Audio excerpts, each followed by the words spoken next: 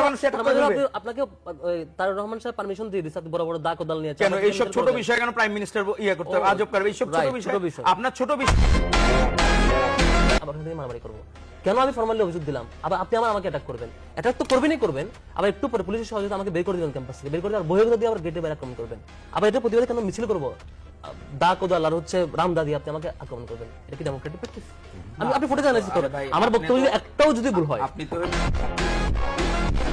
আপনি তো ভালো যে লীগের আমলে কোনো প্রতিবাদ করতে পারেন নাই এখন সব হলো এখন শুরু করছেন ভালো আপনার চোখটা খুলে গেছে 24 এর ও তাই বলে নির্বাচনে 31 জন খুন করবেন না না না সার্চ দেন ছাত্রদলের কমিটি আপনি দেখেন যে কোনো জায়গায় আপনারটা আমি সার্চ দিয়ে তো পাইতেছি না কোনো জায়গাতে পাচ্ছি না সার্চবার একটু দুর্বল তো পাবেন না না না